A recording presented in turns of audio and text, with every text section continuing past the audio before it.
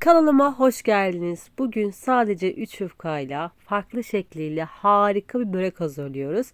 Püf noktalarını kaçırmamak için lütfen videoyu atlamadan izleyin. Sesimin kusuruna bakmayın lütfen arkadaşlar. Biraz kısık çıkıyor. Bu tarif için 4 dal taze soğan kullanacağız. Onları yıkadım ve küçük küçük doğrayalım. Yapılışı çok pratik, tadı harika, nefis bir börek olacak arkadaşlar.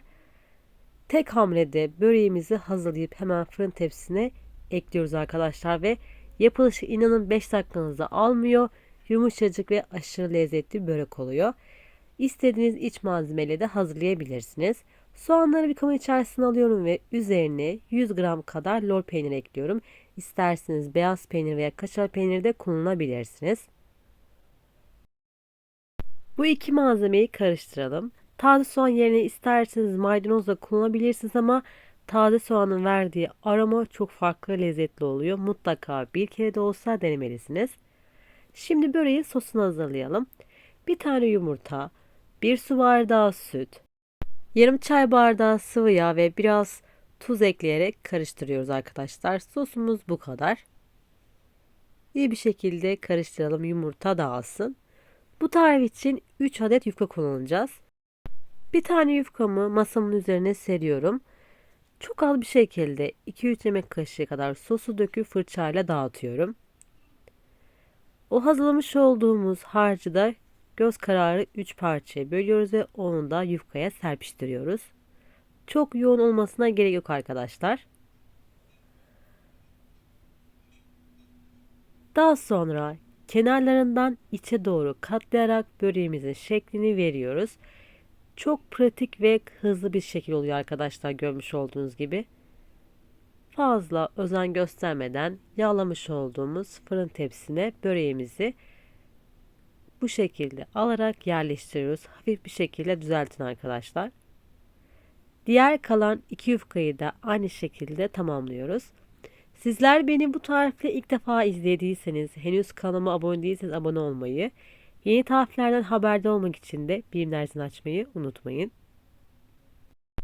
Eğer tarifimi denerseniz diğer arkadaşlara da fikir olması için lütfen yorum kısmında bahsetmeyi unutmayın. Ve kanalımda ne tarz tarifler görmek istiyorsanız onu da yorumlarda bahsederseniz çok mutlu olurum. İstediğiniz farklı iç malzemeyle hazırlayacağınız çok lezzetli tariflerden bir tanesi arkadaşlar.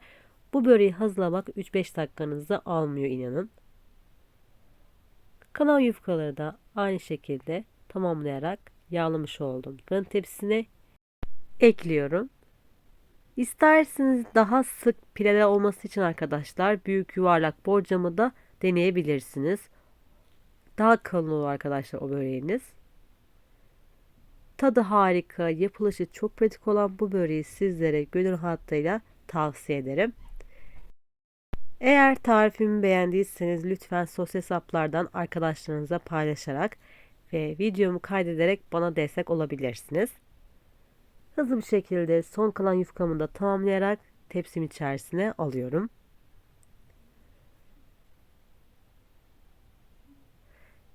Buraya kadar izlediysen küçük bir emoji de olsa bırakmayı unutma. Hızlı bir şekilde tepsime aldıktan sonra artan sosu da üzerine dökeceğim arkadaşlar.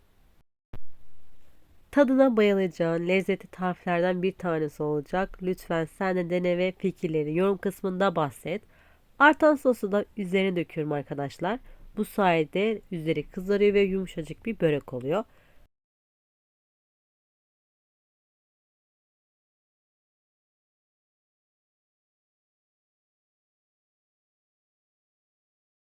Böreğimizi 200 derecelik fırında ortalama yarım saat kadar pişirmeye gönderiyoruz.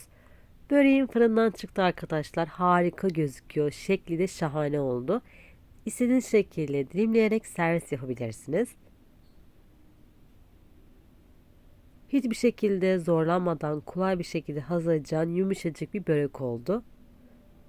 Mutlaka dene ve yorumlarını lütfen yazmayı unutma.